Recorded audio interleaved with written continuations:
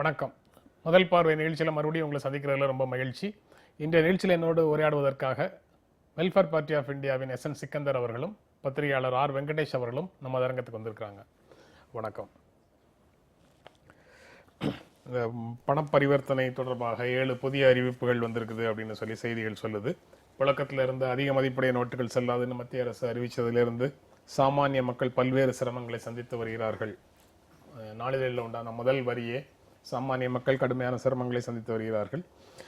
இந்நிலையில் ஒரு 7 புதிய அறிவிப்புகள் வந்திருக்குது. திருமண செலவுக்கு 2.5 லட்சம் ரூபாய் எடுக்கலாம். விவசாயிகள் 50,000 ரூபாய் வரைக்கும் வாரத்துக்கு எடுக்கலாம். வேளாண் வர்த்தகர்கள் 50,000 ரூபாய் வரைக்கும் வாரத்துக்கு எடுக்கலாம். எக்ஸ்சேஞ்சு பண பரிவர்த்தனை 4,500லேருந்து 2,000 குறைக்கப்பட்டிருக்கிறது அப்படிங்கிற மாதிரி அறிவிப்புகளை அவங்க லிஸ்ட் அவுட் பண்ணுறாங்க. இந்த அறிவிப்புகள் தனித்தனியாக இந்த அறிவிப்புகளை பற்றி உங்களுடைய கருத்துக்கள் என்னங்கிறது ரொம்ப முக்கியமானதாக இருந்தால் சொல்லுங்கள்.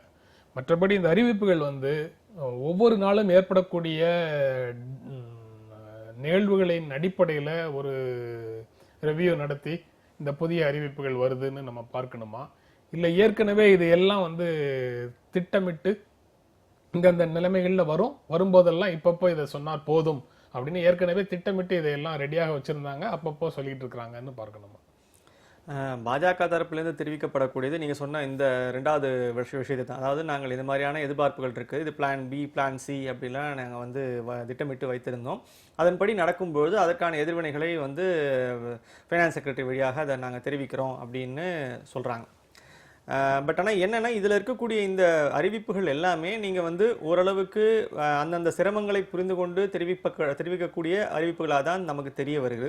ஆனால் என்னென்னா திருப்பி ஒரு செய்தி மட்டும்தான் நம்ம புரிஞ்சுக்க முடியாமல் இருக்கு. என்னென்னா அடிப்படையில் இன்றைக்கு இருக்கக்கூடிய ஒரு பிரச்சனை என்னென்னா, இன்றைக்கி நீங்கள் ஒரு மத்தியதர மக்கள்லேருந்து பல தரப்பினர் இந்த முயற்சியை, கருப்பு பண ஒழிப்பு முயற்சியை அல்லது கள்ளப்பண முயற்சியை யாரும் வேண்டாம் என்று சொல்லவில்லை, மறுக்கவில்லை. ஆனால் அதை நடைமுறைப்படுத்தும் போது இருக்கக்கூடிய ஒரு துரிதத்தையும் அதே சமயத்தில் பின்பற்றப்பட வேண்டிய ஒழுங்குமுறைகளையும் எளிமைப்படுத்துதலையும் தான் இவர்கள் செய்கிறார்கள். அதில் தவறவிட்டு இருக்கிறார்கள். அப்போ பிரச்சனை எங்கே வருதுன்னு கேட்டால், அந்த இம்ப்ளிமெண்டேஷன் ப்ராசஸில் நீங்கள் அரசு என்ன நடவடிக்கை எடுத்தது அப்படிங்கிறது தான் கேள்வி. இப்போ நீங்கள் இந்த 7 அறிவிப்புகளில் கூட பார்த்தீங்கன்னா, இன்னும் இப்போ நாம் முக்கியமாக நம்ம கருத வேண்டிய விஷயம் என்னன்னா, இன்றைக்கு இருக்கக்கூடிய வங்கி பணியாளர்கள் போதுமானவர்கள் அல்ல. அப்போ நீங்கள் மாநில அரசுகளுடைய உதவியை நாடி அங்கே இருக்கக்கூடிய பள்ளி ஆசிரியர்களையோ அங்கே இருக்கக்கூடிய மாநில அரசினுடைய ஊழியர்களையோ இந்த பணியில் பயன்படுத்துவதற்கு தயக்கம் என்ன? ஏன் மத்திய அரசு அந்த முயற்சியை எடுக்கவில்லை? 1. 2, உங்களை 2 விஷயம் எனக்கு நீங்க சொல்லும்போது சந்தேகம். 1, அந்த மாதிரி பணிகளில் ஈடுபடுத்துறது எப்போ சாத்தியம்னா, போதுமான அளவுக்கு பணம் வங்கிகளிடம் இருந்தால் அப்ப நீங்க அதை செய்ய முடியும். போதுமான அளவு பணம் வங்கிகளிடம் இல்லை அப்படிங்கிறது தான் நேரடியாக மக்கள் பெறுகின்ற அனுபவம். அதுதான்.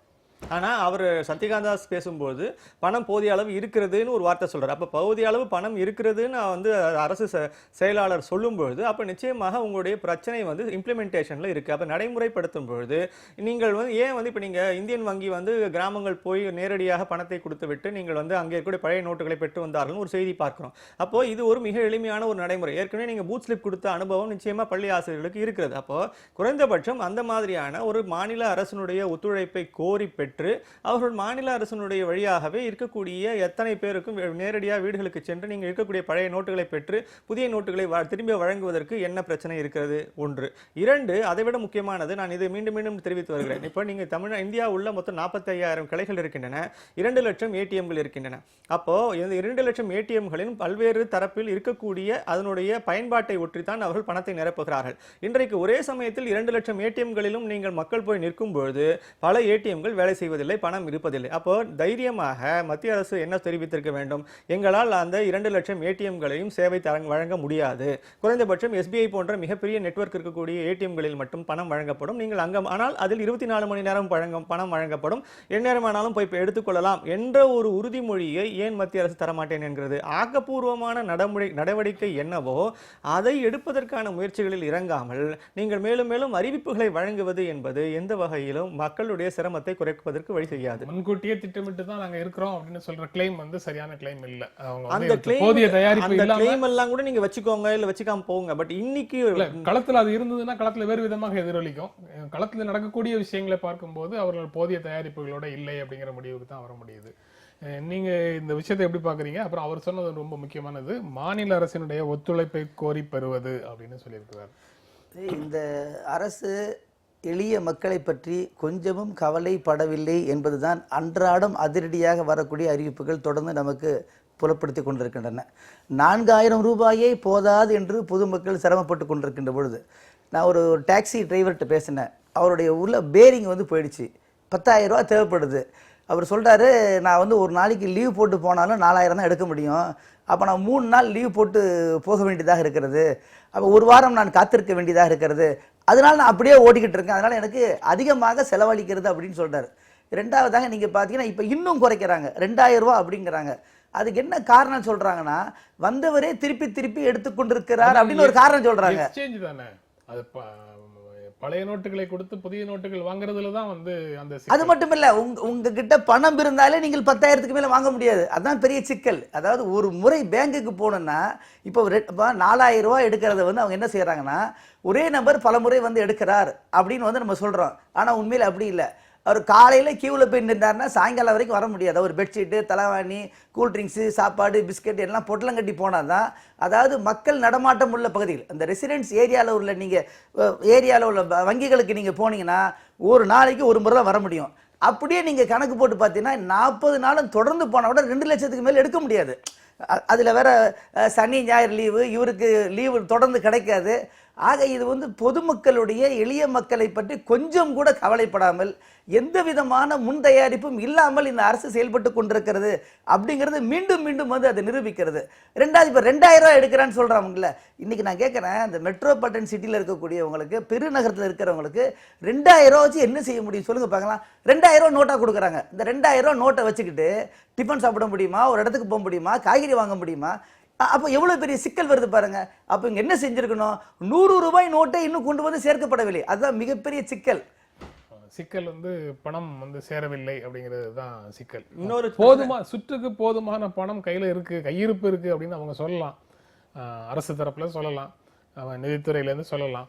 ஆனால் வங்கிகளிடம் வந்து அந்த பணம் சேரவில்லை அப்படிங்கிறது தெரியுது.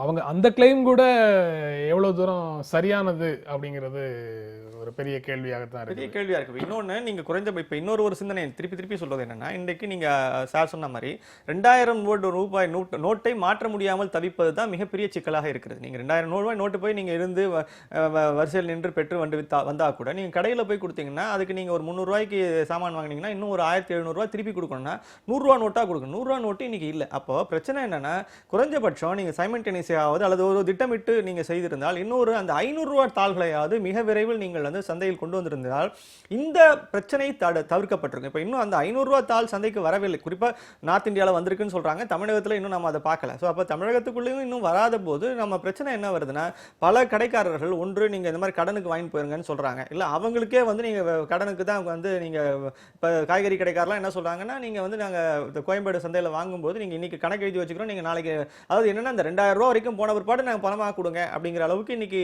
நிலைமை மாறி போயிருக்கு. அந்த வகையில் ஏதோ ஒரு விதமான ஒரு புரிதலோட அட்ஜஸ்ட்மெண்ட் பண்ணிக்கிறாங்க அப்படிங்கிறவனா ஒத்துக்கொள்ளலாமே தவிர, இயல்பாக இருக்கக்கூடிய சிக்கல் என்னன்னா, அந்த 500 ரூபாய் தாளையும் மிக விரைவில் மார்க்கெட்டுக்கு கொண்டு வந்தாங்கன்னா தான் இந்த குறைஞ்சபட்சம் இந்த எக்ஸ்சேஞ்ச் இந்த பணம் மாற்றம் பண்ணக்கூடிய பிரச்சனை தீரும். இல்லை, அது இன்னொரு விஷயம், ஒரு நடுத்தர குடும்பம் வந்து என்னன்னா, ஒருத்தரோட மட்டும் டீல் பண்ணல, மளிகை கடையில் டீல் பண்ணோம், பால்காரன் டீல் பண்ணோம், இப்போ கேஸ் ஏஜென்சி கொண்டு வந்து கொடுக்குறாங்க, 2000 கொடுத்து எங்க சில்லறை இல்லை அப்படிங்கிறாங்க. எவ்வளோ பெரிய குடும்பம் பாருங்க. அப்போ நீ அதை வாங்கிட்டு போகிறாங்க. அப்புறம் வந்து பஸ்ஸில் போய் ஏறணும், கால் டாக்ஸியில் போகணும், ஆட்டோவில் போகணும், எல்லா இடத்துலையும் கொஞ்சம் யோசனை பண்ணி பாருங்கள். நீங்கள் தினமும் 2000 ரூபா வாங்கினாலும் கூட அவங்களோட பிரச்சனை தீர போகிறதில்லை. அப்போ இந்த அரசு பொதுமக்களை பற்றி கொஞ்சம் கூட கவலைப்படலை. அப்போ அதை மீண்டும் மீண்டும் வாங்குவாங்கன்னு அதில் கவனம் செலுத்துறாங்க தவிர, அந்த 7 லட்சம் கோடி வாராக்கடனை கொண்டு வரதுக்கு என்னன்னா அதை பற்றி என்ன செய்யறதில்ல, யாரும் பேசுறது இல்லை. அதுதான் நம்ம வந்து கவனிக்க வேண்டிய ஒன்று. நீங்கள் ரொட்டி இல்லைன்னா கேக் சாப்பிட முடியாதா? இல்ல அதான் கார்டுல வந்து நீங்க பே பண்ண கூடாதா? எல்லாத்துக்கும் வந்து அதான் இப்போ எந்த இடத்துல கார்டுனால விளங்கல. ஆக்சுவலா இது நம்ம நாடு எப்படின்னா, பல கோடி மக்களுக்கு அக்கௌண்டே கிடையாது. ரெண்டாவது, அக்கௌண்ட் இருக்கவங்களுக்கு சென்ட் கேட்டு பாருங்க, பேங்குக்கு போவதே ஒரு மிகப்பெரிய வேதனை. நம்ம சாதாரண நாளில் ஆர்டினரியான நாளில் கூட போயிட்டு வரணும், ஒரு பணத்தை வாங்கிட்டு வரணும், ஒரு செக்கை போட்டு வரணும்னா மிஷின் ஒர்க் பண்ணலன்றவாங்க, கம்ப்யூட்டர் ஒர்க் சாதாரண நாளில். அப்போ அவங்களும் மனிதர்கள் தானே. அப்போ இது போன்றனால எந்த மாற்று ஏற்பாடும் செய்யாமல் முதல்ல அந்த இடத்துல அவ்வளோ பேர் நிற்கவே முடியல. பல பேர்கள் மயக்கம் அடைந்து விடுறாங்க. ஏசியே ஒர்க் பண்ணுறது இல்லை பல இடங்களில். முதல்ல நிற்கிறதுக்கே வாய்ப்பு இல்லைன்னு போது எவ்வளோ பெரிய கொடுமை பாருங்க. அப்போ அதெல்லாம் இவங்க சிந்திக்கணுமா இல்லைங்களா? ரெண்டாவது 2000 ரூபா தர்றது, இப்போ 4000 2000 மாத்துறாங்களே, ஒரு நோட்டை வச்சுக்கிட்டு ஒரு நாளைக்கு 10 நபரோடு டீல் பண்ணக்கூடியவர் என்ன செய்வாங்க? 4000 4500 ஆகி 2000 ஆகுனா இப்போ நாளைக்கு 1000 ரூபானாங்க. எவ்வளோ பெரிய கொடுமை பாருங்க. இதில் என்ன மிகப்பெரிய சிக்கல்னா 1000 ரூபா நோட்டு வரும்னாங்க, இப்போ வராதுன்னாங்க. அது வருமா வராதுன்னு யாருக்கும் தெரியாது. 500 ரூபா நோட்டு இது வரைக்கும் நமக்கு வந்து கண்ணில் பார்க்கவே இல்லை. 100 ரூபாய் நோட்டு வங்கிகள் இல்லை அப்படின்னு தெளிவாக சொல்லிடுறாங்க. இந்த பிரச்சனையில மக்களுக்கு உதவக்கூடிய விதத்தில் ஊடகங்கள் செயல்படணும், தேவையற்ற பீதிகளை உருவாக்கக்கூடாது அப்படின்னு நிறைய பேர் சொல்றாங்க. உண்மைதான், அது முழுக்க முழுக்க உண்மைதான். மக்கள் ஏற்கனவே என்ன நடக்குங்கிறது தெரியாம இருக்கிற நேரத்தில் அந்த மாதிரி நபர்களுக்கு தெரிந்தவர்கள் உதவி செய்யணுங்கிறதுல மாற்று கருத்து எதுவும் இருக்க முடியாது. ஆனா இந்த மாதிரி நடவடிக்கைகள் வந்து எந்த மாதிரி உணர்வை கொடுக்குதுங்கிற கேள்வியும் சேர்த்தே வருது. அதாவது சமாளிக்க முடிந்தவர்கள் இந்த கூட்டத்தோட முதல்ல இருந்து வந்து நிற்காதீங்க, எவ்வளவு நாள் பொறுமையாக இருக்க முடியுமோ அவ்வளவு நாள் பொறுமையாக இருங்க, அதற்கு பிறகு மாற்றிக்கொள்ளுங்கள்னு முதல்ல சொன்னாங்க. ரொம்ப நியாயமான ஒரு வாதம். அதுக்காக நிறைய பேர் ஒதுங்கி இருக்காங்கன்னு வச்சுக்கோங்க. இப்ப கையில இருக்கிற நோட்டை எக்ஸ்சேஞ்ச் பண்றதுக்கு அவங்க கிளம்பி வந்தாங்கன்னா, அன்னைக்கு வந்தா 4000 ரூபாய் மாத்திருக்கலாம், இன்னைக்கு வந்தா 2000 ரூபாய் தான் மாத்த முடியும் அப்படிங்கிற நிலைமை வருது. இதே மாதிரி வித்ட்ராயிலையும் என்னுடைய கணக்குல இருந்து நானே எடுக்கக்கூடிய அந்த வித்ட்ராயிலையும் இன்றைக்கு வந்து 10,000க்கு கொடுக்குறாங்கன்னா, ஒரு வாரம் கழிச்சு இந்த கூட்டம் எல்லாம் குறையட்டும்னு ஒரு வாரம் கழிச்சு ஒரு வேளை போய் நான் பணம் எடுக்க போனேன்னா, நீங்க பணம் எடுக்க போனீங்கன்னா உங்களுக்கு வந்து 5000 ரூபாய் தான் மேக்சிமம் எடுக்க முடியும். 5000மாக 2 முறை 3 முறை எடுத்துக்கங்க, வாரத்துக்கு 10,000 ரூபாயோட நிறுத்திக்கங்க அப்படின்னு மாத்திட்டாங்கன்னா, இப்ப 20 24ங்கிறது வந்து குறைச்சிட்டாங்கன்னா என்ன செய்ய? ஏன்னா இது வந்து பணம் போதுமானதாக சந்தையில சுற்றுல இருக்கு அப்படின்னு ரிசர்வ் வங்கி சொன்னாலும், நிதித்துறையில இருந்து சொன்னாலும், நடைமுறையில பார்க்க முடியும். எப்போ வந்து என்னுடைய கணக்குல இருந்து ஒருத்தரால பணம், தன்னுடைய கணக்குல இருந்து ஒருவரால பணம் எடுக்க முடியலையோ, அப்போ வந்து சிஸ்டத்தின் மேல இருக்கிற நம்பிக்கை வந்து அவருக்கு நம்பிக்கை குலையறதுக்கு வாய்ப்பு இருக்கு, சிஸ்டத்தின் மேல சந்தேகம் வர்றதுக்கு வாய்ப்பு இருக்கு. இல்லை, இது உண்மையில நீங்க சொல்றது பெரிய சிக்கல். ஆக்சுவலா இது மன ரீதியான சிக்கல். ஆக்சுவலா என்னன்னா, நாம வந்து இது நாள் வரைக்கும் நம்முடைய கையில பணத்தை வச்சுக்கிட்டு வேலை செஞ்ச ஒரு புழக்கத்துல இருந்த பணத்தை பயன்படுத்தி நம்ம அதாவது நான் சொல்றது நல்ல ஃப்ரீயாக பயன்படுத்தின ஒரு காலகட்டம் இருந்தது. இப்போ அதைத்தான் இப்போ நீங்க வந்து கர்வ் பண்றாங்க. உண்மையிலேயே நடந்திருக்கக்கூடிய செய்தி என்னன்னு நான் புரிஞ்சுக்கிறேன்னா, இந்தியாவில் இருக்கக்கூடிய பண சுழற்சி அது வந்து நீங்கள் கூடுதலாக இந்த கள்ளப்பணத்தினுடைய புழக்கத்தோடும் சேர்ந்து நீங்கள் பார்த்தீங்கன்னா அதனுடைய சுழற்சி அதிகமாக இருந்தது. சுலபமாக கையில் எல்லார் கையிலும் பணம் புழக்கத்தில் இருந்தது. இன்றைக்கி அதை வந்து மெல்ல மெல்ல மெல்ல மெல்ல மத்திய அரசும் சரி ரிசர்வ் பேங்க்கும் உறிந்து கொண்டே இருக்கிறது. இப்போ இது நடப்பதன் மூலமாக அவர்கள் வந்து ஏதேனும் சில பலனை எதிர்பார்க்கிறார்கள் அப்படிங்கிற ஒரு நோக்கத்தில் தான் செய்கிறாங்க. ஆனால் இதனுடைய எதிர்பக்கம் என்னென்னா, அதனால் அடையக்கூடிய மக்களாகப்பட்டவர்களுக்கு என்ன சிக்கல் வருதுன்னா, நாம் இதனால் வரை பயன்படுத்திய அளவுக்கு இன்றைக்கி பயன்படுத்த முடியவில்லை, பணம் சரளமாக நம்மளோட கையில் இல்லை, அதே மாதிரி நீங்கள் பார்த்து செலவு பண்ணுகிறார்கள். இன்னைக்கு பல இடங்களில் நீங்கள் ஹோட்டல்லானோ எந்த தொழிலாக இருந்தாலும் எல்லா இடத்துலையும் கேட்கும் போதெல்லாம் என்ன சொன்னாங்க, தொழிலில் வந்து நீங்கள் வரக்கூடிய வருமானம் குறைந்திருக்கிறது அப்படின்னா அந்த ப்ரொடெக்ஷனிசம் தனி மனிதர்கள்ட்ட வந்து விட்டது. நாம இங்கே கூட இந்த 100 ரூபாய் நம்ம செலவு பண்ணணுமா அப்படிங்கிற ஒரு தயக்கம் எல்லாருக்கும் வந்திருக்கேன். 2 நாட்களுக்கு முன்னால ஒவ்வொரு துறையாக செய்திகள் வந்துட்டு இருக்கு. கோழி முட்டை அந்த துறையில இருந்து 200 கோடி ரூபாய் இழப்பு அப்படின்னு சொல்லி 2 நாட்களுக்கு முன்னால செய்தி வந்தது. இப்படி ஒவ்வொரு துறையாக இழப்பு தொடர்பாக செய்திகள் வந்துட்டே இருக்கு. வெங்கடேஷ், எனக்கு செய்திகள்ல இந்த மாதிரி ஒரு நாளிதழில் வந்து முதல் வரியாகவே சாமானிய மக்கள் பல்வேறு சிரமங்களை சந்திக்கிறார்கள்ங்கிற செய்திகளோட மக்களுடைய பார்வையிலிருந்து செய்திகள் வருது. இன்னொரு நாளிதழில் அடையாளமை அறிவிப்பால வங்கிகளில் பணம் மாற்ற வரும் கூட்டம் குறைந்தது அப்படின்னு, பணம் மாற்றுவதற்காக வரக்கூடிய மக்கள் தவறு செய்ததாகவும், மைங்கிற ஒரு அறிவிப்பு வந்ததற்கு பிறகு அவங்க வராம கூட்டம் குறைந்ததாகவும் தலைப்பிட்டு ஒரு நாளிதழ் செய்தி போடுது. இன்னொரு நாளிதழ் விரல்ல வைப்பதற்கு அழியாத மை வந்து சேராததால் பண மாற்றத்தை வங்கிகள் செய்வதில்லை, அதனால யாரும் வங்கிகளில் போய் பண மாற்றம் செய்வதற்கு போறதில்லை அப்படின்னு போடுறாங்க. இந்த 2ல எது சரியான செய்தி, எது வந்து வேண்டுமென்றே மோசமான நிலைமை இல்லைன்னு காட்டுவதற்காக போடப்பட்ட செய்தின்னு பாக்குறீங்க? நீங்க இந்த செய்தி வழங்குவதில் இருக்கக்கூடிய சிக்கல் ஒன்று இருக்கு. அதாவது என்னன்னா, நீங்க சொன்ன மாதிரி இந்த பொறுப்புணர்வுங்கிற ஒரு அம்சம் ஒன்று இருக்கு. நாம வந்து அதீதமாக எந்த விதமான பீதியையும் கிளப்பிவிடக்கூடாது. நாம் எழுதுவதனால் நாம் சொல்வதனால் ஏற்படக்கூடிய பாதிப்புகள் மக்களை எந்த வகையிலும் திசை திருப்பி விடக்கூடாது என்ற நோக்கத்திலிருந்து ஒரு கவனமாக எழுதப்படுவது ஒன்று. அதே சமயத்தில் அப்படி எழுதும்போது உள்ள நிலைமைகளை உள்ளபடி எழுதிவிடுவது என்பதும் நல்லது. ஆனால் நீங்க என்ன நடக்குதுன்னா, உள்ள நிலைமைகளை உள்ளபடி எழுதும்போது இந்த பீதி அடையாமல் எப்படி சொல்லுவது என்ற ஒரு முக்கியமான ஒரு பங்கு ஒன்று இருக்கிறது. இது பிரச்சனை என்னன்னா, நீங்க you have to be factual at the same time you should not be sensationalism. அப்ப அந்த ஒரு பிரச்சனை வந்து எப்பவுமே இருக்குது. அப்போ ஃபேக்சுவலா சொன்னாவே சில ஃபேக்சுவல் தகவல்களே சென்சேஷனலிஸ்டமா தான் இருக்கு அப்படின்னும் போது நீங்க வேற வழி இல்லாம அதை சொல்ல வேண்டிய கட்டாயத்தில் தான் தள்ளப்படுறோம். இது வந்து செய்தி கொடுக்கக்கூடிய இடத்துல இருக்கக்கூடிய மிகப்பெரிய சிக்கல் ஒன்று. இதுக்கு அப்பாற்பட்டு என்னன்னா, நீங்க வந்து இந்த அரசனுடைய முடிவு என்பது சரியான முடிவு, நாம் அதை இம்ப்ளிமெண்டேஷன்ல தான் ப்ராசஸ்ல தான் பிரச்சனைன்ற ஒரு தெளிவோடவே நீங்க அதை தொடங்கி நீங்க வந்து அந்த இம்ப்ளிமெண்டேஷன் ப்ராசஸை மட்டும் நம்ம குறை சொல்றது அல்ல அதில் இன்னும் மேம்படுத்துறதுக்கான வழி என்ன அப்படின்னு யோசிக்கிறதும் அந்த மாதிரியான ஒரு செய்தி கொடுப்பதும் ஒரு ஆரோக்கியமான பண்பா இருக்கும். ஆனா இதெல்லாம் இல்லாமல் நீங்க வந்து முழுமையாக நீங்க வந்து ஒரு ஆதரவு நிலை எடுக்க வேண்டும், அது எல்லாமே சரி, இப்ப நடந்து கொண்டது அத்தனையுமே கரெக்ட் அப்படின்ற ஒரு நிலைப்பாட்டிலிருந்து எடுக்கும்பொழுது தான் இந்த விதமான செய்திகளை கொடுக்கக்கூடிய ஒரு விதமான சார்புத்தன்மையும் குழப்பங்களும் ஏற்படுவதற்கான வாய்ப்பு இருக்குது. ஆனா நம்ம இதுக்கப்புறம் இன்னொரு செய்திக்கு நீங்க அடுத்த ரவுண்ட் போனோம். என்னன்னா, இதுக்கப்புறம் இருக்கக்கூடிய அடிப்படை மாறுதல், இது இன்றைக்கு இருக்கக்கூடிய இந்த ஒரு புரிதல் அல்லது இந்த டிமானிட்டைசேஷன் அப்படிங்கிறது ஒரு சிறிய முயற்சி. அதுக்கப்புறம் இருக்கக்கூடிய ஆழமான முயற்சிகளுக்கு நம்ம அதை பத்தி பேசணும். நீங்க திருப்பி பேசுவோம். ஊடகங்களை பற்றி பேசுறதுனால உங்ககிட்ட முதல்ல பேசிட்டு அவர்கிட்ட அதை பற்றிய கருத்து கேட்கலாம்னு நினைக்கிறேன். எத்தியோப்பியாவில் இருக்கக்கூடிய இந்தியர்கள் என்ன நினைக்கிறாங்க, எல்சல்வடாரில் இருக்கக்கூடிய இந்தியர்கள் என்ன நினைக்கிறாங்க, இங்க வீதியில நின்று ஏடிஎம் வாசல்லையும் வங்கி வாசல்லையும் இருக்கக்கூடியவர்கள் என்ன நினைக்கிறாங்கிறதெல்லாம் போய் இப்போ இந்த மத்திய அரசினுடைய முயற்சிக்கு எல்சல்வடாரில் இருக்கக்கூடியவங்க என்ன நினைக்கிறாங்க, எத்தியோப்பியாவில் இருக்கிறவங்க என்ன நினைக்கிறாங்க, இங்கிலாந்தில் இருக்கிறவங்க என்ன நினைக்கிறாங்கன்னு கருத்து கேட்டு ஊடகங்கள் சொல்லுது. அவங்க எல்லாரும் இந்திய அரசினுடைய டிமானிட்டைசேஷன் முயற்சியை ஆஹா ஓஹோன்னு பாராட்டுறாங்க, அந்த செய்திகளை வெளியிடுறாங்க. இதுவும் ஊடக அறத்திற்கு உள்ள நின்று செய்யக்கூடிய வேலைன்னு தான் பார்க்குறீங்களா?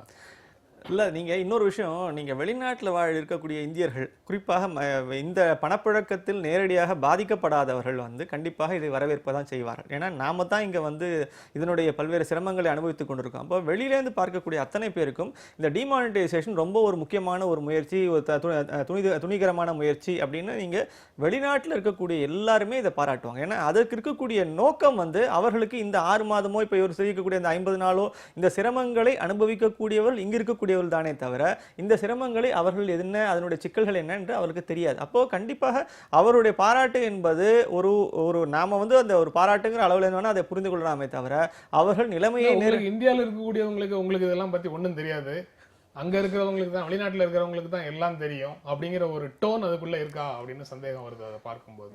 எனக்கு தெரியல. எனக்கு என்ன தெரியுதுன்னா, அவங்களுடைய பார்வை வந்து மீண்டும் மீண்டும் மீண்டும் இதை நியாயப்படுத்த வேண்டும். இப்போ இதில் பிரச்சனை என்னன்னா, நியாயப்படுத்த வேண்டியது அவசியமே கிடையாது. இதில் வந்து இந்த முயற்சியை இந்தியாவில் இருக்கக்கூடிய மத்தியதர வர்க்கத்தினர் பலர் வரவேற்கிறார்கள். அதனால யாருமே இதை குறை சொல்லலை. இம்ப்ளிமெண்டேஷன்ல இன்னும் சிறப்பாக செய்திருக்கலாமே என்ற கேள்வி இடத்துல தான் இந்த ஹோல் டிஸ்கஷனே இருக்கு. நீங்க மீடியா இதை எப்படி ஹேண்டில் பண்றீங்க? இன்னைக்கு உள்ள நிலைமையில இது அறிவதற்கு ஒரே வழி மீடியா மட்டும்தான். ஏன்னா இப்போ 2000 நோட்டை பற்றி பெரிய பிரபலங்கள்லாம் என்னெல்லாம் சொன்னாங்க, அதில் வந்து சிப்பு இருக்குது, விட்டா மந்திர கம்பளம் மாதிரி அது வந்து போகும், ஜீபுமா மாதிரி இங்கேருந்து டெல்லிக்கே பறந்து போகலான்னு நம்பக்கூடிய ரேஞ்சில் சொன்னாங்க. அப்போ ஒரு ரிசர்வ் வங்கியினுடைய பொறுப்பாளர் சொல்லும்போது அது எங்கிட்ட எப்படி வந்து சேரும், பொதுமக்கள்கிட்ட எப்படி வந்து சேரும்னா ஊடகங்கள் மட்டும்தான். ஆனால் அந்த ஊடகங்களில் எல்லாருமே மோசம் அப்படின்னு சொல்ல முடியாது.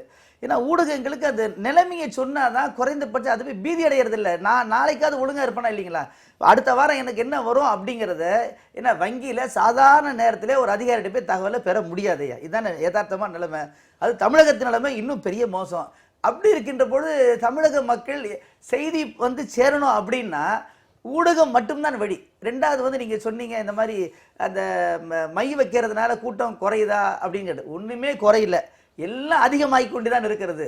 இன்னைக்கு கரன்சிலெஸ் ஒரு சிஸ்டத்தை கொண்டு வரணும் அப்படிங்கிறத இன்னும் மற்ற பேர் ஏற்றுக்கல. என்னென்னா இப்போ நான் கடந்த ஒரு வாரமாக தமிழகத்தினுடைய பல ஊர்களுக்கு போக வேண்டிய வாய்ப்பு கிடைத்தது. எல்லா பெட்ரோல் பங்க்லையும் ஒரு நுட்பமாக ஒரு பதிலை ஒன்று சொல்கிறாங்க, என்னென்னா சார் அந்த அக்செப்டட் கார்டை அக்செப்ட் பண்ணுற மிஷின் ஒர்க் பண்ணல சார் அப்படிங்கிறாங்க. அப்புறம் நட்போடு போய் விசாரிக்கும் போது ஐயா எங்களுக்கும் பணம் தேவைப்படுகிறது, இப்போ எல்லாரும் வந்து 1000 ரூபா 500 ரூபா கொடுத்தாங்கன்னா நாங்கள் எங்கே போகிறது? சில்லறைகள் இல்லாமல் நாங்கள் வந்து பண்ண முடியாது. எல்லா பணத்தையும் நாங்கள் வாங்கினோம்னா எங்கள் ஊழியர்களுக்கு சம்பளம் கொடுப்பதற்கு பணம் இல்லை அப்படின்னு அவங்க சொல்கிறாங்க. ஏடிஎம்ல போய் எடுங்கன்றாங்க. ஏடிஎம்ல போனால் வெறும் டப்பா மட்டும்தான் இருக்குது. இப்போ பெருநகரங்கள் இந்த பாடு. இன்னும் கொஞ்சம் சாதாரண நகரங்களா நீங்க போனீங்கன்னா ஏடிஎம்ல டப்பா மட்டும் தான் இருக்குன்னு சொல்றீங்கல்ல. எனக்கு நான் வேறொரு அனுபவம் நேற்று. சொல்லுங்க. ஏடிஎம்ல டப்பா தான் இருக்கு, உள்ள ஒண்ணு இல்ல, ஒர்க் இல்ல, ஆனா வாசல்ல கூட்டம் இருக்கு.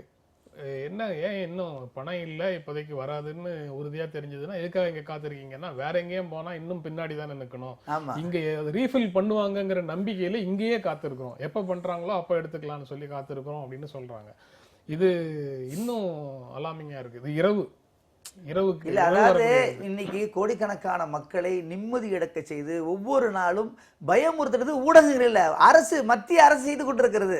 எந்த விதமான மாற்று ஏற்பாடும் செய்யாம உண்மையான யதார்த்தமான நிலைமைகளை மக்களிடத்திலே கொண்டு போய் சேர்க்கின்ற ஊடகங்களுக்கு நீ அமெரிக்காவில் உள்ளவங்க என்ன நினைக்கிறாங்க, ஆஸ்திரேலியாவில் உள்ளவங்க என்ன நினைக்கிறாங்கன்னா அது நமக்கு தேவையில்லையே.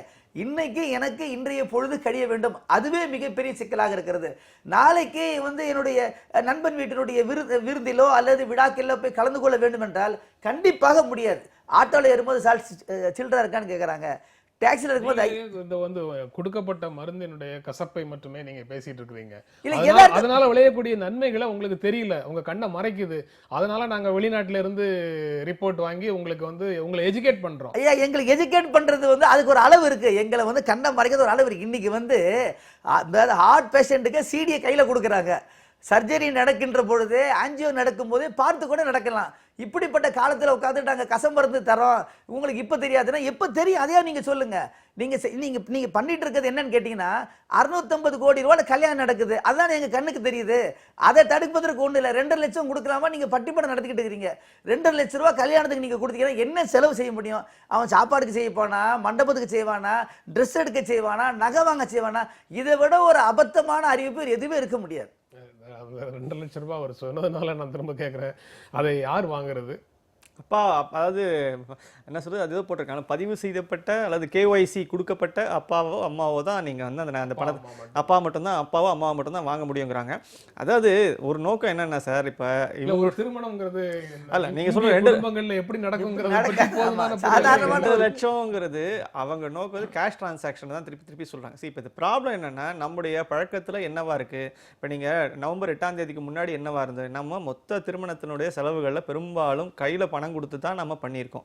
இப்போ நாம அந்த பழக்கத்தை மாத்திக்கோங்கன்னு அரசு நம்மள சொல்லுது. என்ன சொல்லுது, நீங்க கேஷ் டிரான்சாக்ஷன் 2 லட்ச ரூபா வச்சுக்கோ, 2.5 லட்ச ரூபாய்க்கு வரைக்கும் வச்சுக்கோ, மிச்சத்தெல்லாம் நீ வந்து கிரெடிட் கார்டுலையோ இல்லை வந்து உங்களுடைய செக்காகவோ இல்லை நீங்க டிடியாவோ எப்படியோ பணம் கொடுங்க அப்படிங்கிற. அது ஒரு அம்சம் இதில் வந்து புரிந்து கொள்ளக்கூடிய அம்சம் என்னென்னா, இன்றைக்கி எல்லா இடத்துலையும் இந்த கேஷ் டிரான்சாக்ஷன்ஸை குறைச்சி அதை எல்லாத்தையும் நீங்கள் வந்து வங்கி கணக்கு வழியாகவோ அல்லது நீங்கள் ஏதேனும் ஒரு வகையில் ட்ராக்கபிளாக இருக்கக்கூடிய ஒரு முறை வழியாக கொண்டு வாங்கன்னு சொல்கிறாங்க. ஸோ இது ஒரு பெரிய எஜுகேஷன். நீங்கள் ஒரு என்னுடைய ஒரே ஒரு கவலை என்னென்னா, இந்த எஜுகேஷனுக்கான ஒரு கால அவகாசம் ஒன்று இருக்கிறது. அப்போ நான் முழுசும் கேஷ் டிரான்சாக்ஷன், இப்போ நீங்கள் அமெரிக்கா மாதிரியான ஒரு நாட்டில் பெருமளவு நீங்கள் கேஷ் டிரான்சாக்ஷனை வந்து நீங்கள் முழுசாக குறைச்சிட்டு எல்லாத்தையுமே நீங்கள் கிரெடிட் கார்டுலையும் டெபிட் கார்டுலையும் டிரான்சாக்ஷனும் அந்த இதர வழிகளில் டிரான்சாக்ஷன் பண்ணியிருக்காங்க. ஆனால் அங்கேயும் அந்த ஒரு ப்ராசஸ் வரதுக்கு முன்னாடி ஒரு பெரிய எஜுகேஷன் ஒன்று இருக்குது. ப்ளஸ் கையில் கேஷ், அதாவது நானும் நீங்களும் எப்படி பணம் கொடுக்கணுங்கிறத பற்றி நமக்கு வகுப்படுக்கிறதுக்கு நிறைய அறிஞர்கள் இருக்காங்க.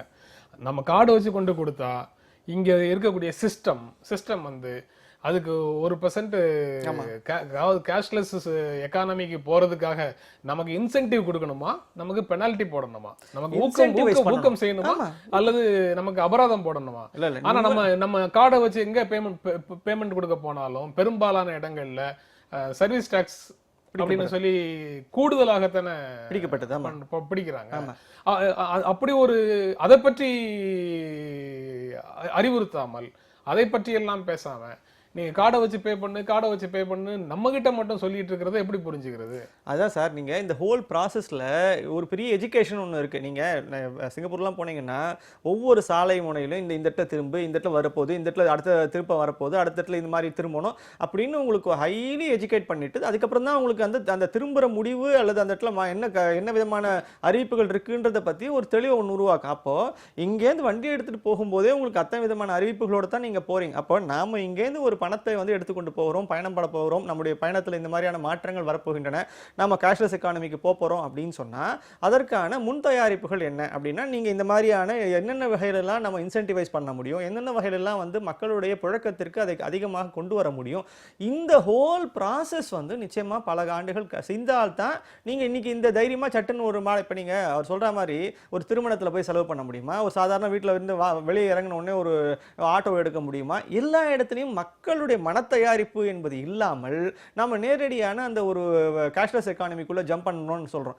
இந்த கேஷ்லெஸ் எக்கானமிக்குள்ளே ஜம்ப் பண்ணுறதுக்கான தயாரிப்பு மனரளவில் நமக்கு இன்னும் ரெடியே ஆகலை. நாம அது எப்படி ஒரு பெரிய சிக்கல். இன்னொரு விஷயம் என்னன்னா, ஒன்னே ஒன்று சொல்லி முடிச்சிடுறேன். அந்த எஜுகேஷன் வந்து எப்போ கொடுக்கணும், மக்களை வந்து பதட்டமாக வச்சுக்கிட்டு இன்னைக்கு மதியானம் எனக்கு உணவு கிடைக்குமா இல்லையா, என் பிள்ளைய கூட்டு வரக்கூடிய டிரைவர் லீவ் போட்டானே, இப்போ நான் வந்து டாக்ஸியில் கூப்பிட்டு வரணுமா, ஆட்டோவில் கூப்பிட்டு வரணுமா, அல்லது வண்டியில் எடுத்துகிட்டு போனால் பெட்ரோல் பங்கில் காசு இல்லையே, அவன் 100 ரூபா கேட்பானா, அந்த பதட்டத்தில் நான் இருக்கும்போது எனக்கு எப்படி எஜுகேஷன் வரும்? நம்ம பண்பாட்டில் வந்து அடியாத மாடு பணியாது இல்லை, அப்படி இல்லை. நீங்க நல்லா பேசுறீங்க, ரைட்டு. அது யதார்த்தம் என்னன்னு கேட்டீங்கன்னா, இந்த உதாரணங்கள், இந்த பழமொழிகள்லாம் எப்போ வரும், ஒரு எஜுகேஷன் எப்போ வரும்னா, இது மக்களுக்கு வந்து சொல்றாங்க. நான் சொல்றது நிறுவனங்களும் கூட இன்னும் தயாராக இல்லை. எந்த ஹோட்டலும் தயாரா இல்லை, எந்த பெட்ரோல் பங்கு தயார் இல்லை, எந்த காய்கறி வியாபாரம் தயார் இல்லை, எந்த ஆட்டோ டாக்ஸி இந்த மாதிரி இருக்கலாம் அவங்களுக்கு சொல்லிட்டோமா? இல்லவே இல்லைங்க. ஏங்க எத்தனையோ பேர் வந்து பணம் இருந்தால் ஒரு அணுகுமுறை, கார்டு இருந்தாலும் வேறு அணுகுமுறை இருக்குதா இல்லையா? மிகப்பெரிய நிறுவனங்களை கூட கேஷ் இருந்தால் தான் உங்களுக்கு மதிப்பை தவிர, கார்டு வச்சிருக்கனால உடனே மேலே கீழே பார்த்து அடுத்த ஆளை கஷ்டப்பட பார்க்க போயிடுறாங்க. இப்படிப்பட்ட நிலையில பதட்டத்தை ஏற்படுத்திட்டு நீங்க வந்து கேஷ்லெஸ் எக்கனாமி அதை வரவேற்கிறோம். அது எப்போ வரும், அதுக்காக என்ன உழைப்பு செஞ்சீங்க, என்ன எஜுகேட் பண்ணீங்க? திடீர்னு 8ஆம் தேதி 8 மணிக்கு சொல்லிட்டு 12 மணிக்குள்ள எல்லாம் மாற நம்ம மந்திர கோழியா மாங்க வர வைக்கிறீங்க. தொடர்ந்து பேசலாம் ஒரு இடைவேளைக்கு பிறகு.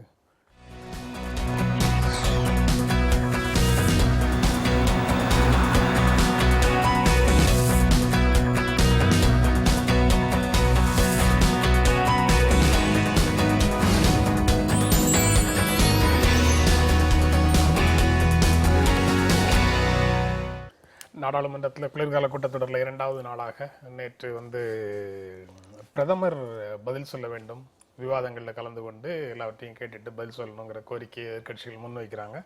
அரசு தரப்பிலிருந்து அமைச்சர்கள் தான் பதில் சொல்லிட்டு இருக்கிறாங்களே, பிரதமர் எதுக்கு வந்து பதில் சொல்லணும்னு அதற்கு மறுப்பு சொல்லிட்டு இருக்கிறாங்க. நீங்கள் எப்படி பார்க்குறீங்க? நான் இந்த கூட்டத்தொடர் ஆரம்பித்த போதே நான் இதை பற்றி நான் திருப்பி சொல்லிகிட்டே இருக்கேன். இந்த அரசிடம் கேட்கப்பட வேண்டிய கேள்விகள், பெற வேண்டிய விளக்கங்கள் ஏராளமாக இருக்கின்றன. ஆனால் அதற்கான எந்த ஒரு முறையான ஒரு ப்ராசஸும் இல்லாமல் இவர்கள் கண்டிப்பாக போய் அந்த அவையின் மையப்பகுதியில் இறங்கி கண்டிப்பாக அமளியில் இறங்க போகிறார்கள். அது வந்து ஒரு மிகப்பெரிய ஒரு வாய்ப்பாக ஆளும் கட்சிக்கு மாறப்போகிறது. ஏனெனில் பதில் சொல்ல வேண்டிய தேவையே இல்லாமல், கட்டாயமே இல்லாமல் இந்த விதமான அமளி வந்து அரசினுடைய ஒரு பதில் சொல்ல வேண்டிய பொறுப்பை தள்ளி போடுவதற்கும் தட்டி கழிப்பதற்குமான ஒரு வாய்ப்பை அரசாங்கத்திற்கு வழங்கிவிடும் என்று நான் மீண்டும் தெரிவித்துக் கொண்டிருந்தேன். அதுதான் மீண்டும் நடந்து கொண்டிருக்கிறது. அப்போ இவர்களுடைய அதீதமான ஒரு உத்வேகத்தின் காரணமாக நான் வந்து பிரதமர் பதில் சொல்ல வேண்டும், அவங்க ஏன் இதை செய்யறாங்க அது செய்யறாங்கன்னு அவர்களை ஆளுங்கட்சியை குற்றம் சாட்டுவது, பழி சுமத்துவது போன்ற ஒரு நடவடிக்கையில் இறங்குவதன் மூலமாக உண்மையில் செய்வது என்னவென்றால் ஆளுங்கட்சி தரப்பில் பதில் சொல்ல வேண்டிய விஷயங்களுக்கு பதில் சொல்லாமல் இருப்பதற்கான ஒரு வாய்ப்பை வழங்கி கொண்டிருக்கிறார். ஒரு எக்ஸ்ட்ராடினரி சர்க்கம்ஸ்டான்சஸாக ஒரு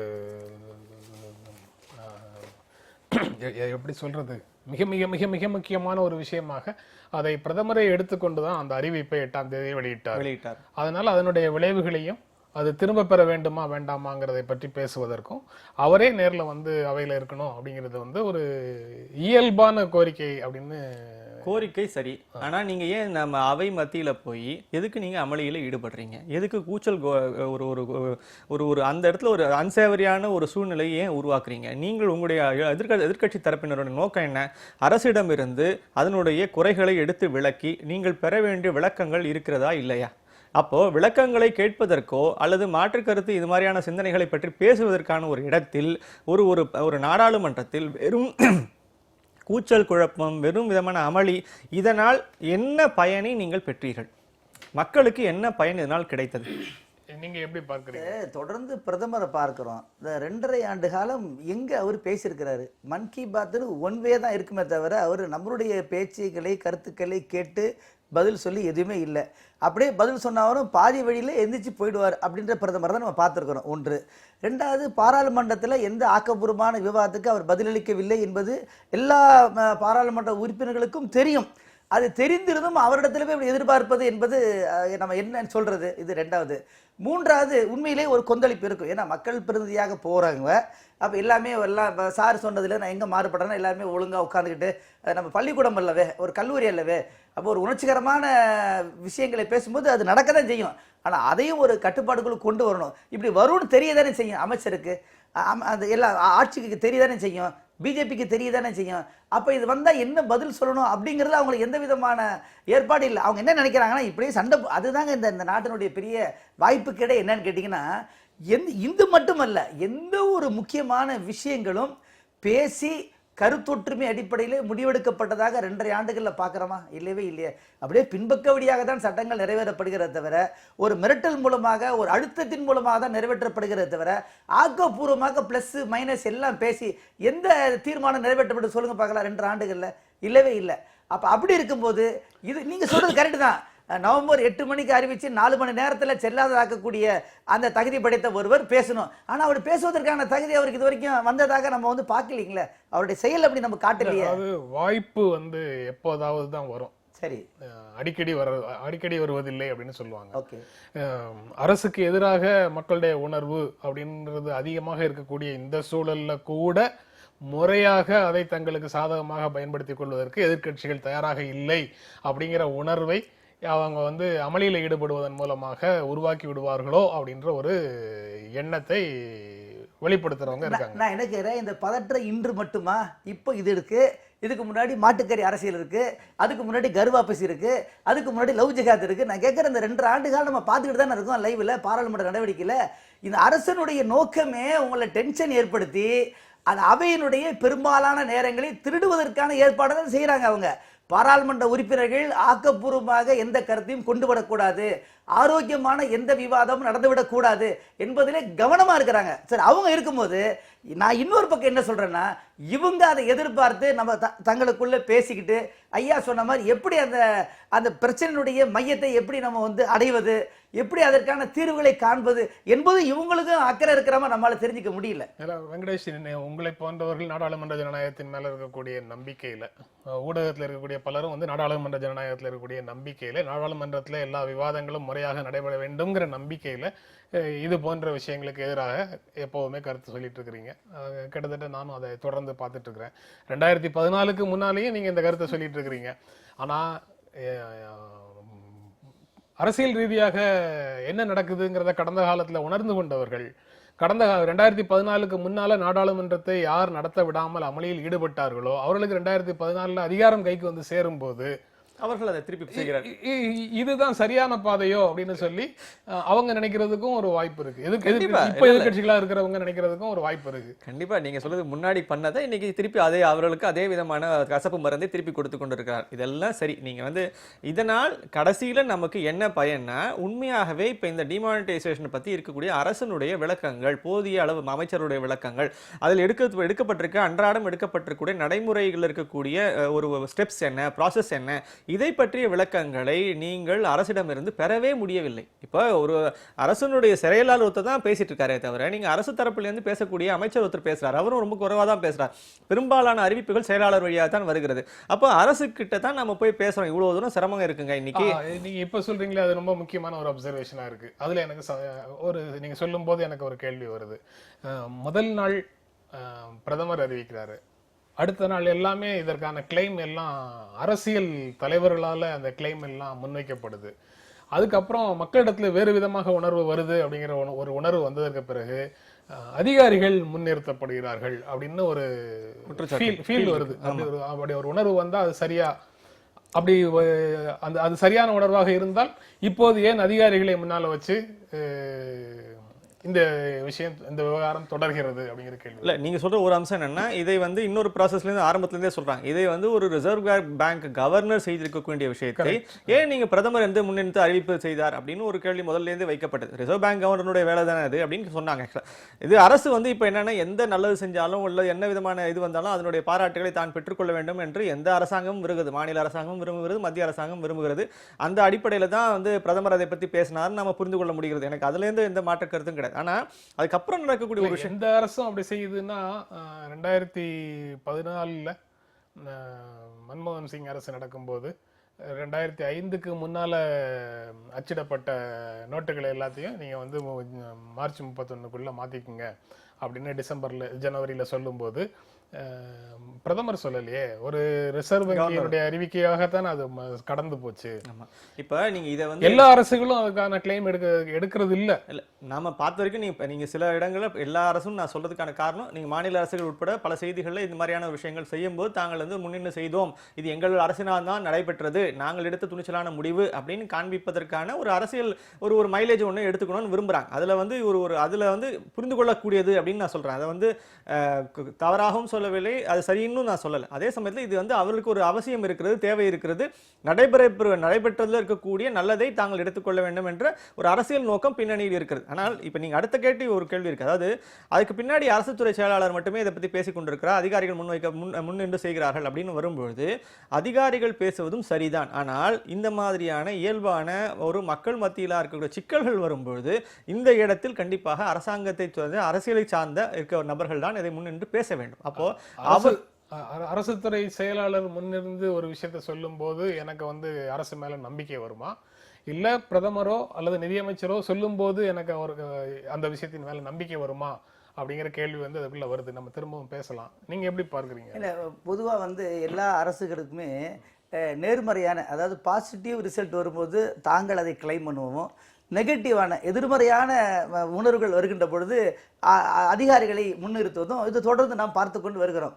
அப்போ இதில் என்னன்னு கேட்டிங்கன்னா, பொதுமக்களுக்கு என்ன உணர்வு வருதுன்னா, 2 பேர் மேலே நம்பிக்கை எடுக்கக்கூடிய ஒரு அபாயகரமான சூழலை நோக்கி சென்று கொண்டு இருக்கிறதோ அப்படின்னு பார்க்க வேண்டியது இருக்குது. ஏன்னா இப்போ யார் சொல்கிறத நம்ம கேட்கறது அப்படின்னு. ஆனால் அதே நேரத்தில் அரசாங்கம் வந்து என்னன்னு கேட்டிங்கன்னா, எளிய மக்களுக்கு மேலும் மேலும் தொல்லை தரக்கூடிய அறிவிப்புகள் அது போகுது. உதாரணமாக ஆங்காங்கே வந்து ஹைகோர்ட்டுக்கெல்லாம் அந்த கேஸ்லாம் வரக்கூடாது, கீழே நீதிமன்றங்கள்லாம் அந்த வடக்கு வரக்கூடாது, எல்லாம் உச்ச நீதிமன்றம் தான் செய்யணும் அப்படின்னு அதெல்லாம் செய்யக்கூடியவங்க, சட்டத்திட்டங்கள்லாம் வகுத்து தரக்கூடியவங்க, அந்த பிரச்சனைகள் வருகின்ற பொழுது தாங்கள் தானே சொல்ல வேண்டும். அப்போ ஒரு நம்பிக்கை ஏற்படுத்தக்கூடிய ஒன்று என்னென்னா, எந்த நபர் வந்து இது செல்லாதுன்னு அறிவிக்கிறாரோ அந்த நபர் வந்து நாங்கள் இதுக்கெல்லாம் மாற்று ஏற்பாடு செய்திருக்கின்றோம், நீங்கள் கவலைப்படாதீங்க அப்படின்னு சொல்கிறது வந்து மக்கள் எதிர்பார்ப்பாங்களா இல்லைங்களா? அது ஒரு தார்மீக உரிமை தானே. அது அதான் மக்கள் எதிர்பார்ப்பாங்க. அது தொடர்பாக வேறு எதுவும் சொல்லணுமா, இல்லை அரசியல் ரீதியாக அடுத்த கேள்வியே என்ன வருதுன்னா,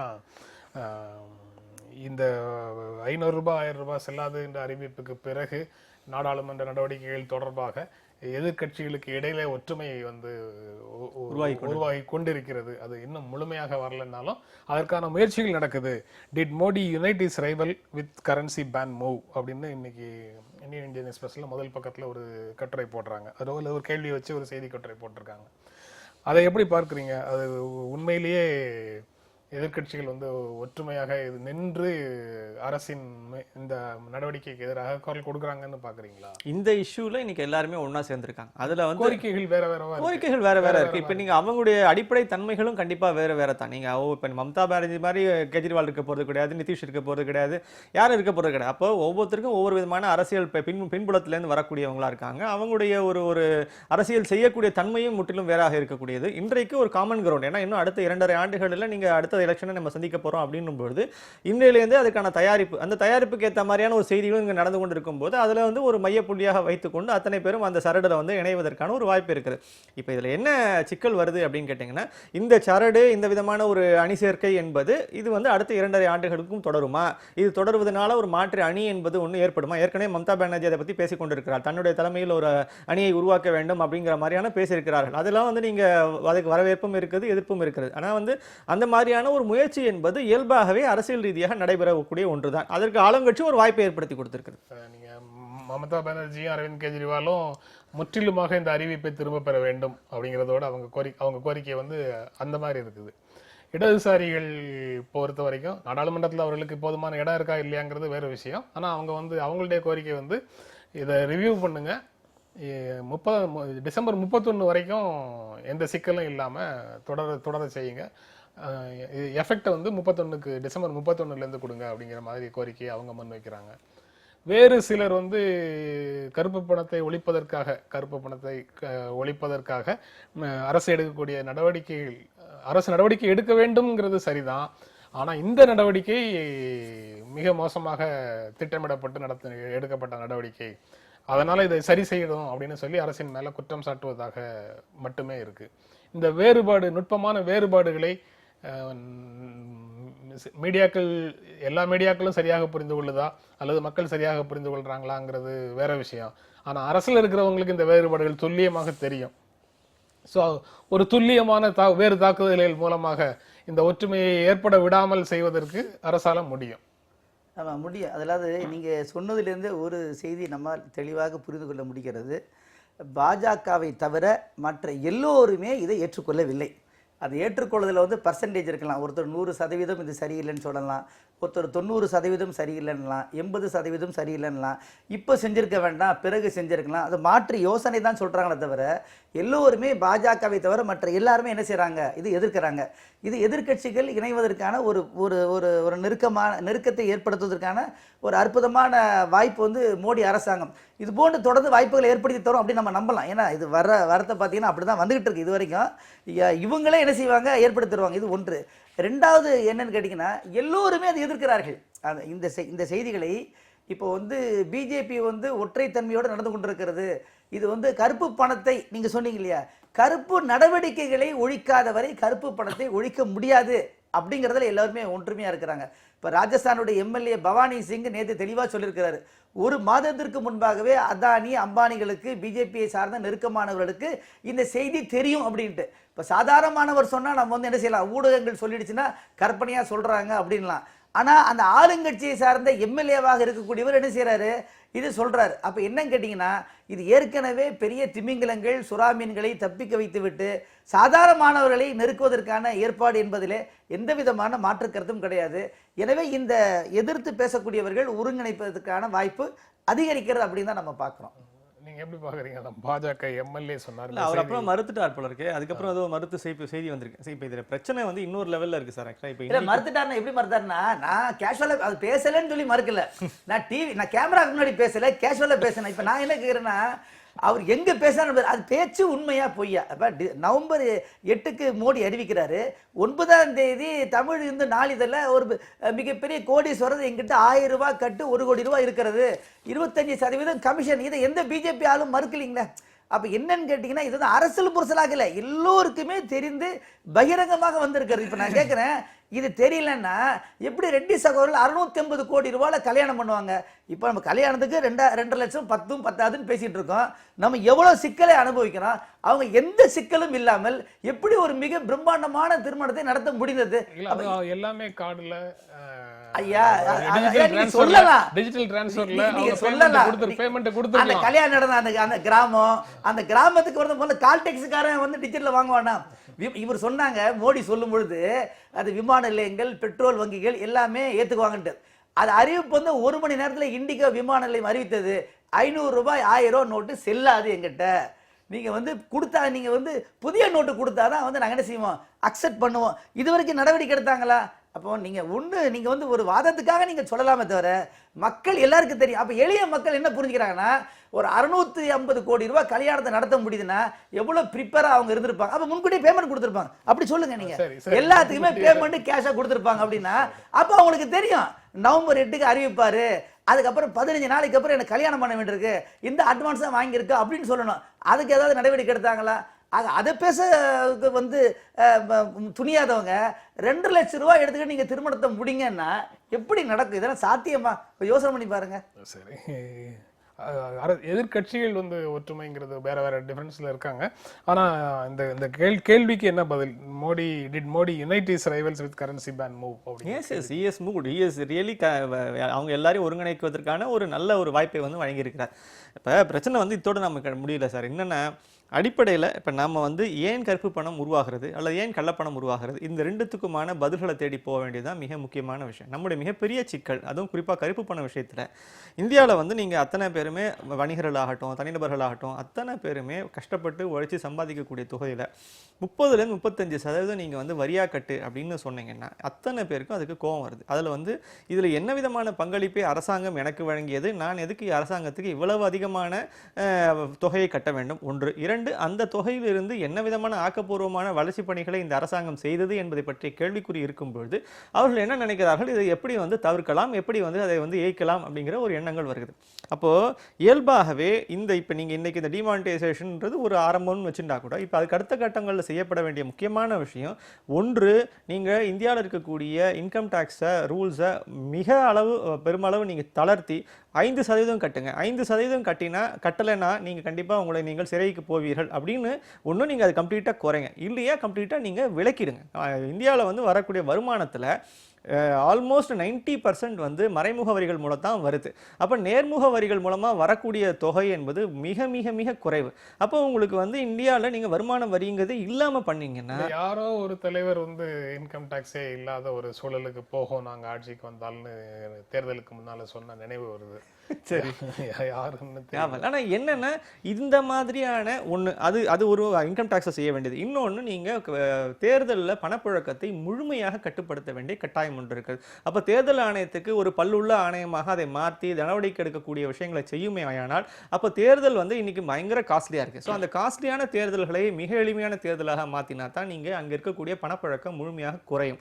அப்போது இதுக்கு தொடர்ச்சியாக இன்னும் எடுக்கப்பட வேண்டிய ஆக்கப்பூர்வமான நடவடிக்கைகள் என்ன என்பதை இந்த அரசு கவனித்து செய்யுமே ஆனால் தான் நீங்க இருக்கக்கூடிய இந்த பணப்புழக்கம், அதுவும் இந்த கருப்பு பணப்புழக்கம் என்பது ஒழியும். கள்ளப்பணம் என்பது கண்டிப்பாக இன்றைக்கு ஒழிக்கப்பட்டிருக்கிறது. நீங்க வந்து ஏதோ ஃபேக் கரன்சியை பிரிண்ட் பண்ணிருக்காங்க, அதை வந்து ஃப்ளஷ் அவுட் பண்ணிட்டாங்கன்னு சொல்றாங்க. இந்த ஃப்ளஷ் அவுட் பண்ணது இன்னி வரைக்கும் சரி, திருப்பியும் அது உருவாகுமானா உருவாகும், அது வேற விஷயம். பட் ஆனால் இன்னைக்கு ஃப்ளஷ் அவுட் ஆயிருக்கு அப்படின்ற வரைக்கும் இப்போ 400 கோடி வரைக்கும் அது ஃப்ளஷ் அவுட் ஆயிருக்கு அந்த ரூபாய் அப்படிங்கிறாங்க. அந்த ஃப்ளஷ் அவுட் ஆட்டும் திருப்பி அந்த மாதிரியான ஒரு பணம் புழக்கத்துக்கு வரத்தான் செய்யும். அதையும் திருப்பி நீக்க வேண்டிய அவசியம் உண்டு அரசுக்கு இருக்கிறது. ஆனால் அடிப்படையில் கருப்பு பணத்தை உருவாக்குவதற்கான வழிகள் என்னவோ அந்த வழிகளை முற்றிலும் நீக்க வேண்டியதுதான் அரசாங்கத்துடைய அடிப்படை பணியாக இருக்க முடியும். இந்த வழிகளை நீக்குவது அல்லது வழிகளை அடைப்பது அப்படிங்கிற விஷயத்துல எல்லா கட்சிகளும் ஒரே நிலை எடுத்து அரசுக்கான அழுத்தத்தை கொடுக்கும் அப்படின்னும் பார்க்க முடியாது. அதுலயும் எல்லாருக்கும் கருத்து வேறுபாடு இருக்கு. அப்ப எந்த வகையில வந்து இதுல எதிர்கட்சிகளுக்கு இடையில உண்டான ஒற்றுமையை இந்த பிரச்சனை வந்து உருவாக்கும்? இல்லை, இப்போ இக்கரைக்கு அக்கறை பச்சை அப்படிங்கிற மாதிரி தான் எல்லாமே. இன்னைக்கு எதிர்கட்சியாக இருக்கிறவங்க நேற்று ஆண்ட கட்சியாக இருக்கிறாங்க. இப்போ உதாரணத்துக்கு வச்சுக்கோங்களேன், இப்போ எளிய மக்களுடைய திருமணத்துக்கு 2.5 லட்ச ரூபா வாங்கிக்கலாம் அப்படின்னு சொல்கிறக்கூடிய அரசு என்ன செஞ்சுருக்கணும்னா, அரசியல்வாதிகள் திருமணங்கள் கண்காணிக்கப்படும் அப்படின்னு அவங்க சொல்லியிருந்தாங்கன்னா இது வந்து நம்ம இது பண்ணலாம். அல்லது அதுக்கு ஒரு சீலிங் வைக்கணும். திருமணங்கள் இவ்வளோ இத்தனை லட்சத்துக்கு மேல் என்ன செய்யக்கூடாது, இருக்கக்கூடாது. அந்த விருந்திலே அதிகபட்சம் ஒரு 5000 பேர்கள் கலந்து கொள்ளலாம் அப்படின்னு என்ன செய்யணும், அதை சொல்லணும். அதே மாதிரி வந்து நிறுவனங்களுக்கு பணத்தை அளிக்கக்கூடிய வங்கி அதிகாரிகள் வரம்பு மீறி தராங்க, விதிமுறை மீறி தராங்க. எந்த வங்கி அதிகாரி தண்டிக்கப்பட்டிருக்கிறாரா? இன்னைக்கு 2000 4000 வாங்கணும், கையில் மை போடுறீங்களே, உண்மையான கருப்பு பெயிண்ட் யாருக்கு அடிக்கணும்னா இந்த நிறுவனத்துக்கு கொடுத்தா வராது அப்படின்னு தெரிந்திருந்து வங்கி அதிகாரிகள் கொடுக்குறாங்க பாருங்க, சாங்ஷன் பண்றாங்க பாருங்க, அவங்க மீது நீங்க நடவடிக்கை எடுக்கிறீங்களா? இல்ல இல்ல இல்ல, அது வந்து உப்பு சாப்பா ஒரு ஊருக்கா மாதிரி எடுத்துக்கலாம், இல்லைன்னு சொல்லல. ஆனா இப்ப பாருங்களேன், ஒரு பெரிய தொகை. இப்ப நேத்து உள்ள பத்திரிகையில விஜய் மல்லையா பத்தி அந்த கடன் தள்ளுபடி செய்யப்பட்டது முதல் வரி, அது கீழே துணை தலைப்பு வந்து நிதியமைச்சர் மறுப்பு. இப்போ நம்ம எதை நம்புறது? அப்புறம் என்ன சொல்றாங்க, நான் டெக்னிக்கலா தான் சொல்றேன். இப்ப ஐயா சொன்னாங்கல்ல, அது பேசுறது வந்து மறுப்பு கொடுத்துட்டாரு, அதாவது கேமராக்கு முன்னாடி பேசல, பவானி சிங் ஃப்ரெண்டா பேசுறாரு இப்படி சொல்றாங்களே தவிர, நிதியமைச்சர் என்னன்னா அது பதில் எப்படி கொடுக்குறாருன்னா, நாங்க இந்த போலியோல இருந்து எடுத்து என்ன பண்றோம், பேஜ் அந்த பேஜ்ல போட்டிருக்கோம், அந்த பேஜுக்கு என்ன அர்த்தம் அப்படின்னு கேட்டீங்கன்னா அது கடுமையான நடவடிக்கை எடுக்கப்படும். நீங்க தானே ஐயா சொல்றீங்க. அப்புறம் என்ன கேட்குறேன்னா, இதனால அவங்க எந்த பாதிப்பு இல்லை, பெரிய முதலாளிகள் மிகப்பெரியவர்கள் எந்த பாதிப்பு இல்லாமல் உழவி கொண்டிருக்கின்றார்கள். அது எந்த கட்சியும் இல்லை, எல்லா கட்சியிலும் இருக்கிறாங்க, சரிங்களா? ஆனால் அதிகமான முறையில் பாதிக்கப்படுது என்னன்னா சாதாரண பொதுமக்கள். இது இது இது இது வந்து மாற்றப்பட வேணா சிவிக் சொசைட்டி எது வரைக்கும் வலுப்பெறவில்லையோ, குடிமை சமுதாயம் எது வரைக்கும் வலுப்பெற்று இந்த ஊடகங்களும் அவர்களுக்கு துணையாக இருந்தாலும் இந்த பிரச்சனையை மாற்ற முடியுமே தவிர, இன்னைக்கு இருக்கின்ற ஆளும் கட்சியாக இருக்கட்டும், நேற்று ஆண்ட கட்சியாக இருக்கட்டும், இந்த கள்ள நடவடிக்கைகளை ஒழிக்காத வரை கள்ளப்பணத்தை ஒரு காலம் ஒழிக்க முடியாது. நான் கேட்குறேன், 1000 ரூபா அடிச்சவங்க 2000 ரூபா அடுக்க முடியாதுங்களா? இப்போ 2000 வரதுக்கு முன்னாடியே அடிச்சாலும் அடிச்சிருவாங்க. இப்போ அந்த மாதிரி நிலைமையை நோக்கி போயிட்டு இருக்கிறத நம்ம பார்க்குறோம். ஆக இது வந்து ஒரு இதய சுத்தியோட இருக்கிற சிஸ்டத்தெல்லாம் மறு ஆய்வு செய்து உண்மையான அக்கறையோடு செயல்படக்கூடியவர்கள் வந்து முன் வர வேண்டும். ஊடகங்கள் அதுல ஒரு நிலை எடுக்கணும் அப்படின்னு சொல்லி சிக்கந்தர் சொல்றாரு. அதை நீங்க ஏற்கிறீங்களா? ஊடகங்கள் வந்து சமூக அறங்கள்னு ஒண்ணு இருந்ததுன்னா அந்த அறங்களோட நின்று இருக்கு கொஞ்சமா ஒரேடியே இல்லைன்னாதீங்க, மக்களோட நின்று அந்த அறங்களை காப்பாற்றுவதற்காக ஊடகங்கள் போராட வேண்டும் அப்படின்னு சொல்றதை நீங்க இருக்கிறீங்க? இல்ல இன்னைக்கும் அப்படிதான் நடந்திருக்கு. இன்னைக்கு நீங்க பத்திரிகைகள் தேசிய அளவில் பார்த்தீங்கன்னா சரி, மாநில அளவில் பார்த்தீங்கன்னாலும் சரி, இன்றைக்கு மக்களுடைய சிரமங்களை பத்திரிகைகள் தான் இன்றைக்கு மீண்டும் மீண்டும் மீண்டும் எடுத்துரைத்து கொண்டே இருக்கின்றன. அதில் இருக்கக்கூடிய பல்வேறு வேரியேஷன்ஸ் இருக்குமே தவிர, இன்றைக்கு மக்கள் சிரமப்பட்டு கொண்டிருக்கிறார்கள் என்ற செய்தி முழுமையாக பத்திரிகைகள் வாயிலாகத்தான் வெளியே வந்து கொண்டிருக்கின்றன. ஒவ்வொரு இடத்துலையும் நீங்கள் வந்து ஃபோட்டோஸ் பேசுது, எல்லா இடத்துலையும் மக்கள் நிற்கக்கூடிய ஃபோட்டோஸ் பேசுது, மக்கள் வந்து காத்திருக்கிறதுக்கு அதில் படக்கூடிய அவஸ்தைகள் எடுத்து பேசுது. அப்போ ஊடகங்களுக்கு அந்த பொறுப்பு நன்றாக தெரிந்திருக்கிறது. அந்த பொறுப்பை வந்து அவர்கள் தட்டி கழிக்கவும் இல்லை. உண்மையிலேயே பார்த்தீங்கன்னா என்ன சொல்ல வராங்க அப்படின்றதுலாம் இப்போ இருக்க விஷயம். அப்போ அவர்களுக்கு எல்லாரும் எப்படி இருந்தால் 2 விஷயமா பிரித்து பேசுகிறாங்க. இந்த நடவடிக்கை என்பது ஏற்கத்தக்கது, ஆனால் அதை இம்ப்ளிமெண்ட் பண்ணக்கூடிய இடத்துல இருக்கக்கூடிய குறைபாடுகள். அப்போ இந்த இம்ப்ளிமெண்டேஷனில் இன்னும் நீங்கள் சிறப்பாக செய்திருக்கலாமே அப்படின்னு வரும்போது, மக்களுடைய சிரமத்தை சொல்வதன் மூலமாக மட்டும்தான் அந்த இம்ப்ளிமெண்டேஷனில் நீங்கள் என்ன விதமான மாற்றங்களை செய்ய முடியும். அரசு இதுலேருந்து பெற வேண்டிய செய்தி என்ன வேணாலும், இப்போ அவங்க டெய்லியே வந்து நீங்கள் ஒரு ரிவ்யூ கமிட்டி மீட்டிங் வச்சிருக்காங்க அப்படிங்கிறாங்க அந்த மத்திய அரசில். அப்போ அந்த ரிவ்யூ கமிட்டி மீட்டிங்கில் கண்டிப்பாக ஒவ்வொரு நாளும் வரக்கூடிய இந்த மாதிரியான பல்வேறு சிரமங்கள், மக்கள் பல்வேறு தரப்பில் படக்கூடிய சிரமங்களை புரிந்து கொள்வதற்கான ஒரு வாயிலாக இன்றைக்கு ஊடகங்கள் தான் இருக்கின்றன. இப்ப இன்றைக்கு கூட மை தடவ ஆரம்பிச்ச உடனே வந்து மாத்துவதற்கு ஆட்கள் வரல, கூட்டம் குறைஞ்சிடுச்சு அப்படின்னு செய்தி போடுவது எந்த ஆரத்தின் பால் பட்டது அப்படிங்கிறது ஒரு கேள்வி. மியான்மர்லயும் மொரிஷியஸ்லயும் இருக்கிறவங்க இந்த டிமானிட்டைசேஷன் முடிவை, இந்தியாவின் முடிவை பற்றி என்ன நினைக்கிறீங்கன்னு கேட்டு சொல்லுவதும் எந்த விதமான ஊடக அறம் அப்படிங்கிற கேள்வி திரும்ப திரும்ப வரதான் செய்யுது. இந்த மாதிரி ஒரு நடைமுறையை நம்ம பார்த்துட்டு இருக்கும்போது நீங்க எந்த அறத்தின் பக்கத்துல நின்று ஊடகங்கள் செயல்பட வேண்டும்னு அவர் சொல்றதுக்கு நீங்க பதில் சொல்லுவீங்க? இல்லை சார், இப்போ என்னென்னா ஒரு விஷயம் இருக்குது. நீங்கள் கண்டிப்பாக அரசு சார்பான அரசனுடைய நடவடிக்கைகள் சார்பாக நிற்க வேண்டும் என்ற ஒரு நிலைப்பாடு ஒன்று இருக்கிறது.